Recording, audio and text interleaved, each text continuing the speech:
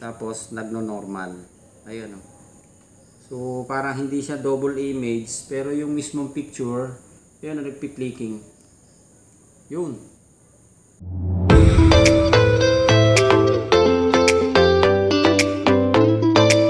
Okay, yan.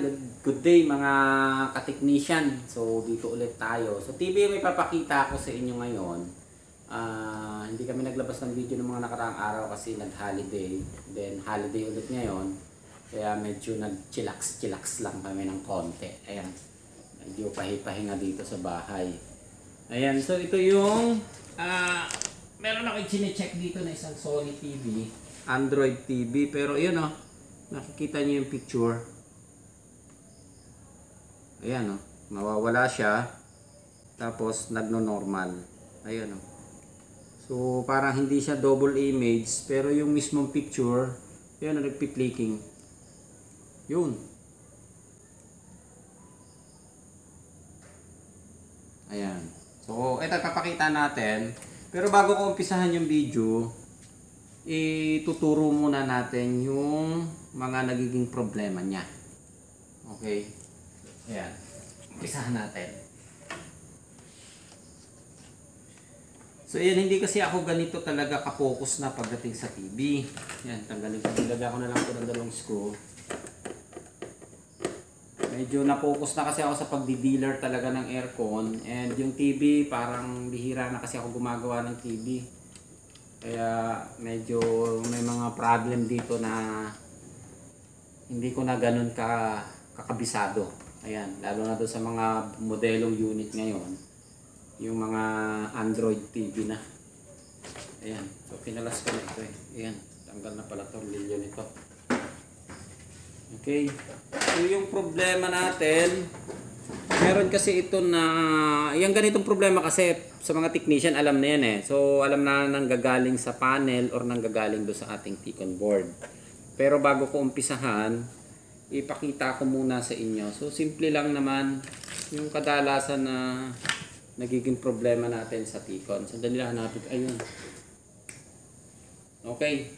So bago natin umpisahan, ito kasi yung laging problema niyan. So sa T-con meron tayong mga testing point na tinatawag. So mga test point natin sa T-con.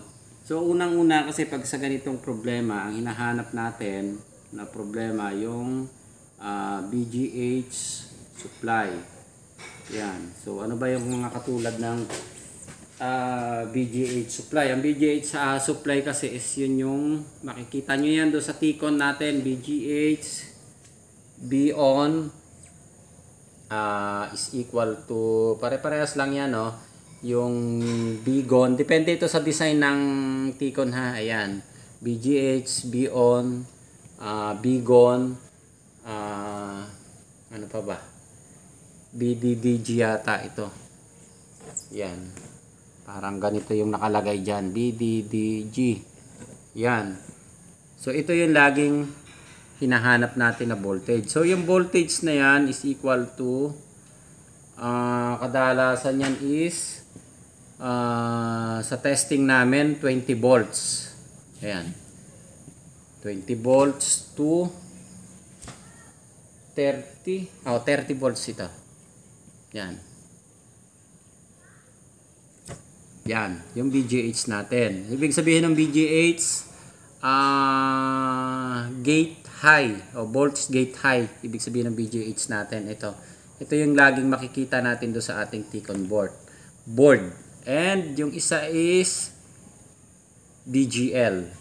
So ang BGL natin, makikita niyo yan, BGL B off is equal to BG off. Ayan, makakaparehas lang yan. BG off or yung para makikita natin doon BBG, BEEG. So yan yung BGL, BGL. Yan. So halos magkakaparehas lang yan, is equal to. Yan din yung hinahanap natin na voltage. So ang BGL natin is, ang hahanapin lang natin yan is equal to negative 5 volts. 5 volts to yung na-check namin ha sa actual, maabot ng 9 volts. Yan, depende sa design ng T-Con. Yan, 9 volts. Okay, so maliwanag na yung VGH, negative supply, 5 to 9 volts o 5 to 7 volts. Yan, pag sinerch natin kasi 5 to 7 volts, pero pag inactual natin, umaabot ng 9 volts yata yan.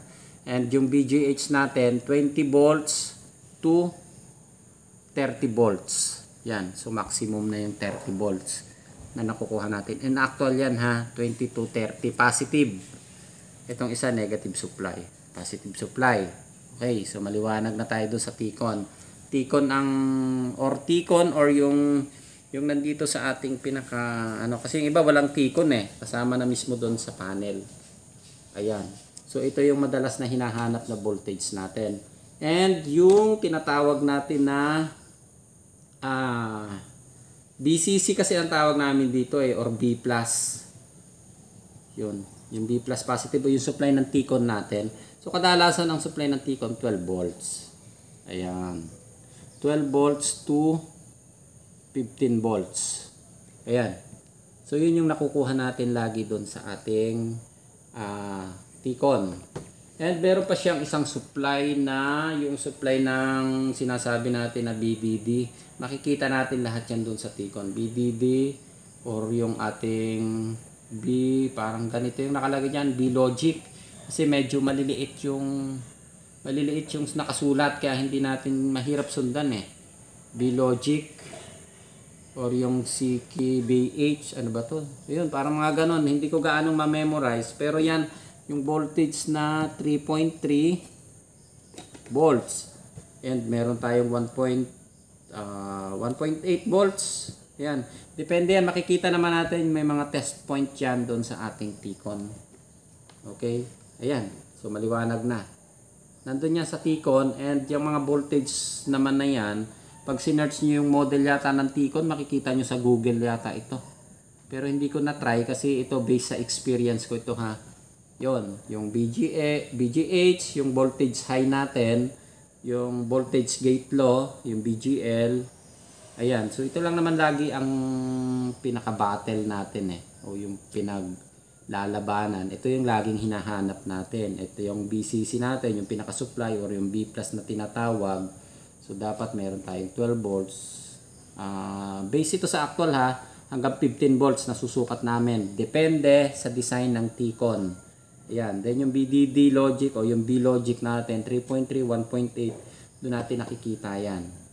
Okay, so hindi ko may papaliwanag ng buo dahil pagdating sa theory dito, hindi ko gaanong nare-review. So sa actual kasi kami talaga lagi. Ayan. Okay, so T-Con ha, T-Con ito, yung test point sa ating T-Con. Test point. Yung T-Con.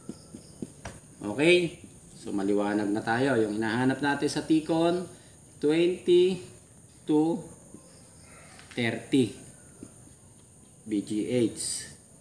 BGL, negative 5 to 9. In actual na yan ha.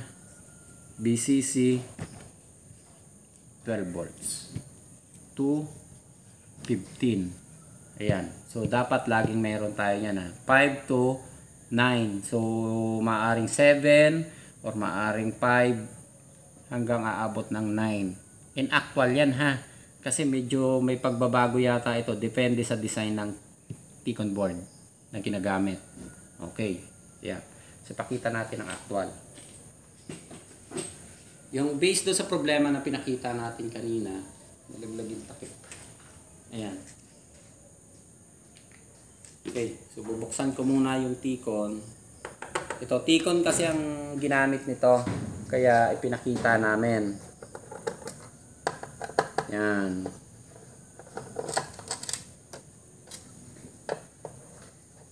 Hello, nak.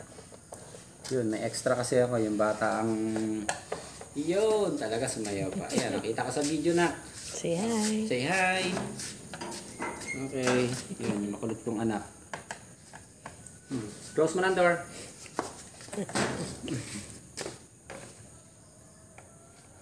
Pakita mo nga ng dance na. Dali.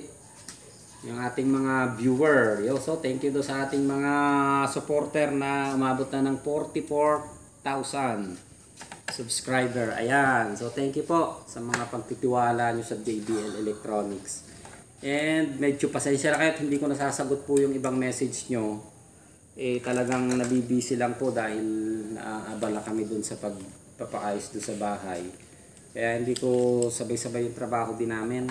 May trabaho sa labas and may trabaho din kami dito. Lalo na yung mga board. Talagang pag dumating dito yung board, sabi nga natin, pag tinanggap namin yung board, problema nila, problema rin namin. Kaya pare-paras tayo namumroblema ngayon. Ayun. Kaya kanina, nung Sunday, tsaka kanina, Monday, holiday naman kanina, medyo nagpahinga kami ng konti. Ayan, so tanggalin ko lang. Radikit pa pala ito ng mga tape. Yung. Ayan yung T-con natin, oh, na tinatawag. Yan. So ito yung T-con board. Ayan na, ilawan natin. Yung. Eto. So matatagpuan nyo yan dito. Yung mga voltage na itinuro natin kanina. Medyo mahirap sundan dahil wala akong hawak na diagram. Teka, ako maghahawak ha. Iikot natin. Yan. Teka, nagre-reflect ang ilaw. Ayan o. Makikita nyo na yung mga voltage dito sa gilid. Medyo nagbablurred yung aking camera. Yun.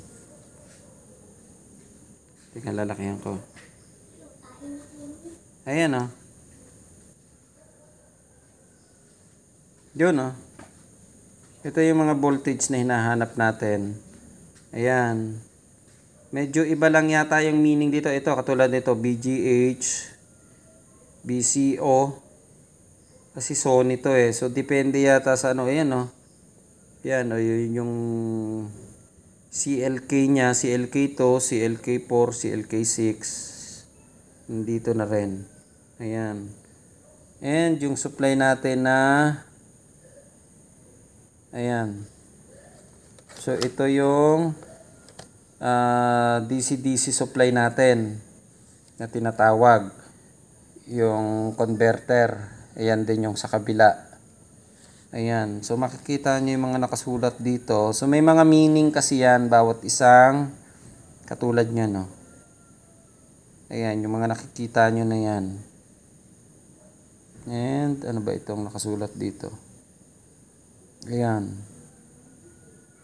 So, ito ang kakabisaduhin nyo lang naman, yung mga voltage check natin. Ayan.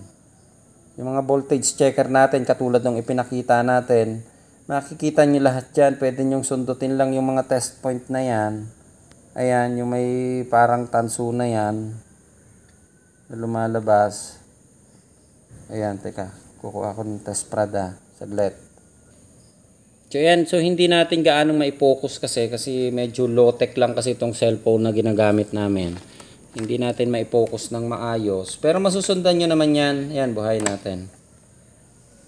Okay. Tingnan natin pag nag-on yung unit. Ayan. So, nag-on na yung unit. Ang problema natin kasi yung nagpi-flicking or ayan. So, ang hahanapin lang naman natin sa ganito, based doon sa pinakita natin kanina ha, yung ating tinatawag na BCC. So BCC natin or yung B+, ito na kaagad yun eh.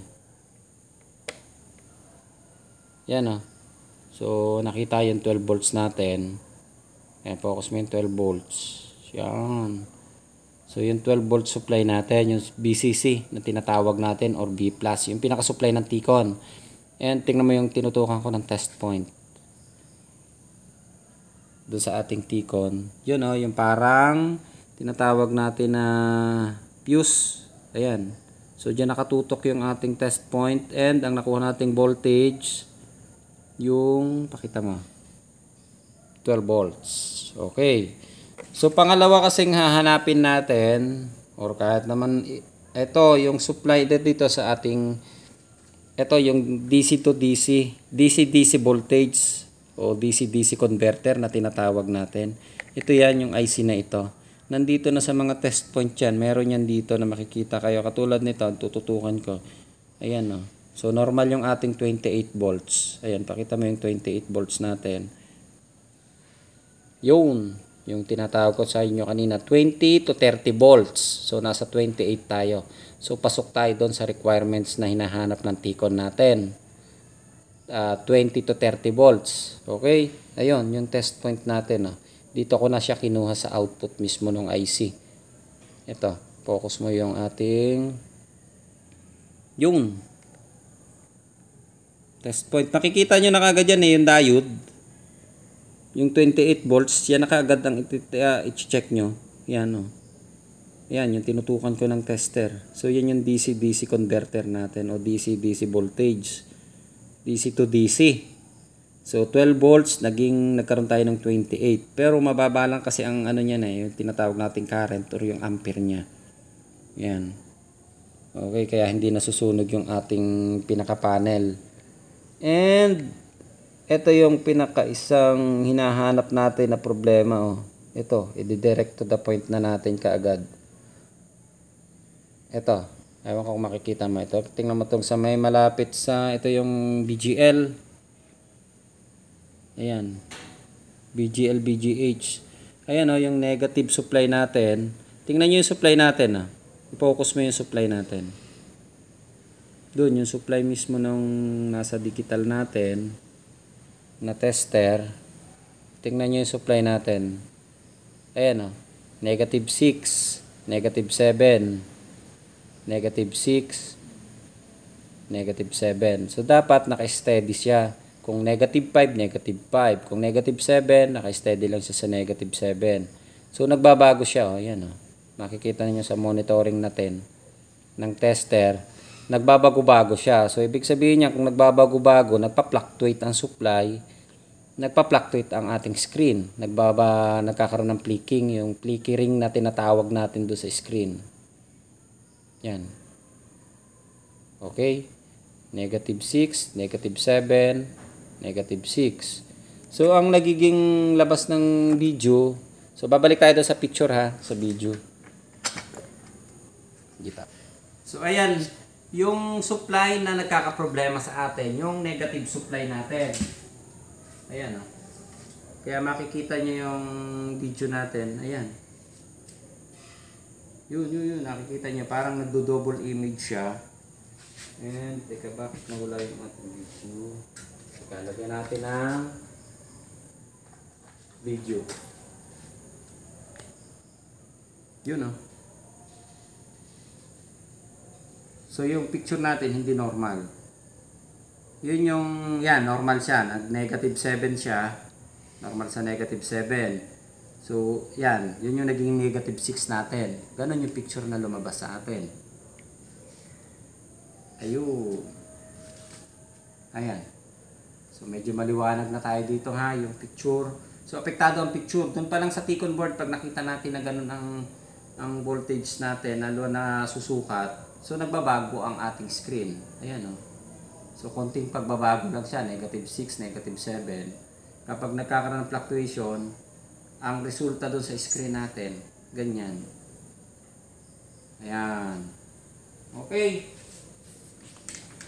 And, okay, so bago ko pala ito ituloy, merong nagpapaseminar po ng ganito talaga na LED TV, si Boots Patel. So, ipa-plus ko yung address nila. Boots Patel.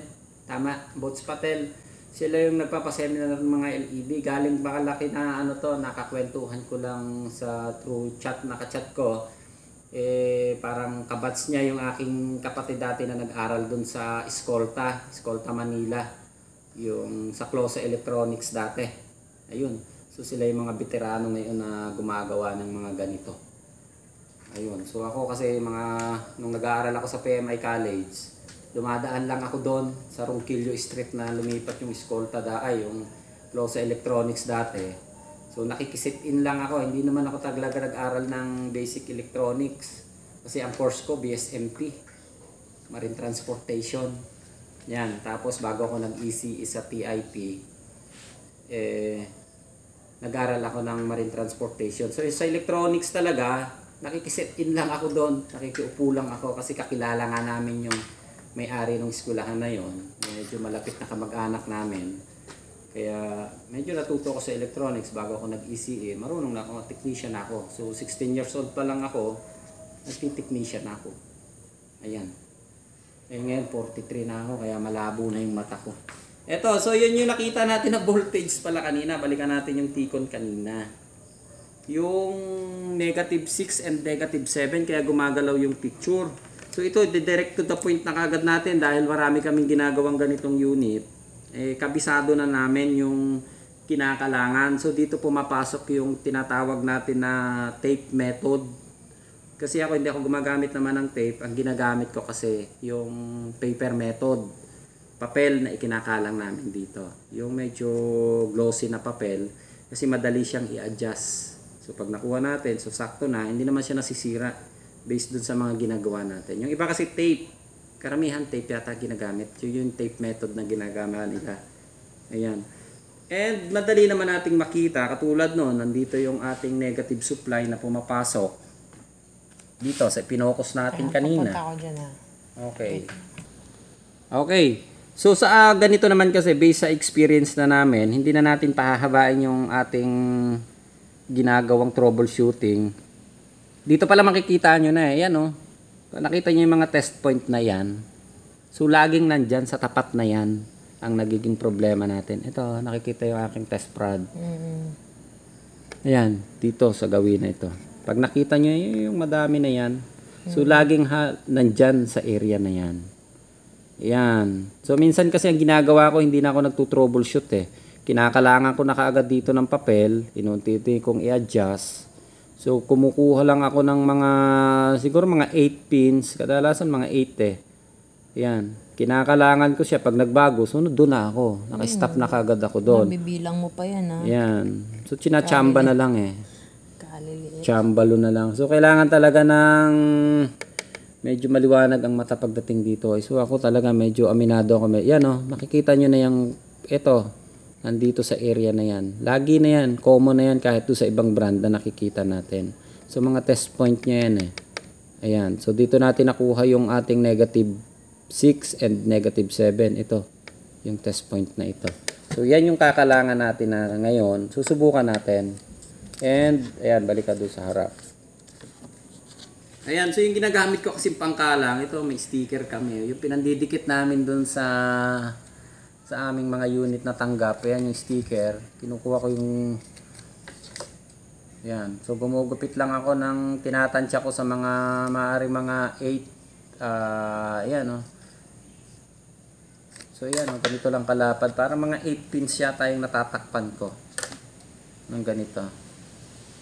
And tinatanggal ko. Kinukuha ko lang yung pinakabalat ng sticker. Ayan. Ito, kasi glossy yung likod niya. Ayan, so hindi basta dumidikit yung ribbon natin. Kaya ito yung ginagamit ko.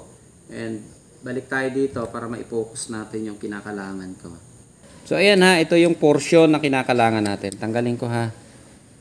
Ito. And ayan, makikita nyo na yan oh, yung may mga test point na yan na magkakasunod. Ito, yan. Okay. So yan yung kadalasan na inuuna ko na kinakalangan. Based na yan sa experience namin na, in actual experience na. So ikakalang namin siya dito. Yun. So parang doon sa ibang T-con like kina Samsung, parang ganyan din lang ang ginagawa namin. Kinakalang lang namin yan dyan. Yan. Then saka ko nilalagay ito. Kasi pag tape ang ginagamit namin, minsan ang hirap bakbakin ng tape, dumidikit ng sobra. Kaya ang ginagawa ko tape, at least madaling tanggalin. Ay, ito yung papel, madali siyang tanggalin. Ayan. So subukan nating buhayin ngayon. Ipakikita natin kung nagbago. Pag nag-steady na yung ating supply, buhayin natin. Ayan, tiyagayin nyo na lang ha. Madali lang naman yan. Mas madali kasing gawin yung ganito. Kaya lang masakit sa ulo dahil, kaya masakit siya sa ulo dahil maliliit ang spare parts. Nahihirapan akong tutukan. Ayan. So, negative body na lang naman tayo. Yan ha, yung black dito na sa body ng ating screen or yung panel na tinatawag natin. So, ito yung negative supply. Ito. Na nawawala kanina o nagbabago. Ayan o. So, nag-steady yung ating negative 7. Tingnan nyo nung kinalangan ko. Kailawan ko nga. Kita. Ayan. So, makita nyo, nag-steady siya. Hindi siya gumagalaw oh. Kanina, nagpa-fluctuate siya. Negative 6, negative 7. Ngayon, nag-steady, negative 7. Oh. Ayun. Okay, so tingnan mo yung test point ko. Yun. Nasa katabi ng BGH. Ayan. So, yun yung BGL supply natin. And yung ating 28, yung BGH, 20 to 30 volts. Ayan. Sa ating DC-DC supply. Ito yan, yung DC-DC supply natin. Tumaan siya ng IC. So, kinonvert niya yung ating 12 volts, ikinonvert niya to 28 volts. Ayan, yung test point natin. Makikita nyo na yan, may isang diode. Ayan, oh. Common na yan. Kahit doon sa ibang T-Con or kaparehas ni Samsung or ni LG, may makikita kayo dyan diode. Ayan na yung test point na sinusundan ko mismo. And yun yung supply, oh.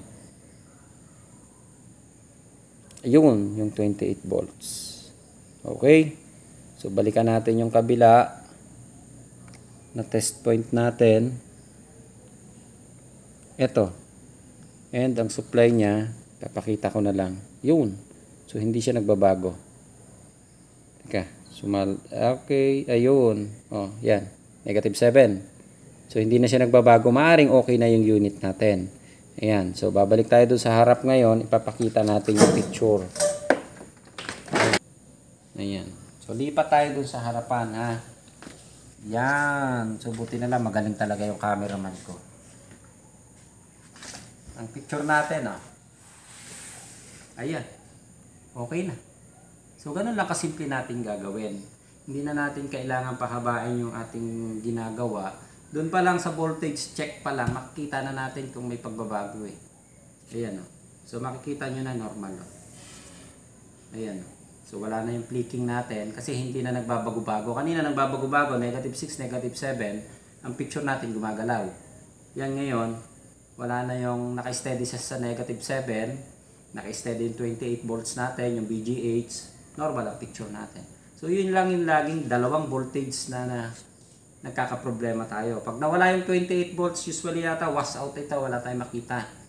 Pag nawala yung negative 5 natin, 5 to 7 volts natin o 5 to 9 volts natin, nawawas out din. Pero kung nagpa-fluctuate, may picture na lalabas, mawawala, may picture na normal, nagbabago, or yung sinasabi nating double image. So ito kasi parang hindi natin masabing double image kasi nawawala mismo ang picture eh, bumababa. So yun yung tinatawag namin na flickering picture yata ang tawag doon sa trouble na yun. So ayan, depende na kung anong tawag niya. Ayan, so okay na yung unit natin, ganun lang kasimple yung ginawa natin. Hindi natin kailangang paikot-ikutin yung ating troubleshooting, diba? Ayan, and okay na, kinalangan lang natin. So nakita nyo naman doon sa ating ginawa, ganun na lang kasimple. Okay na, ayos.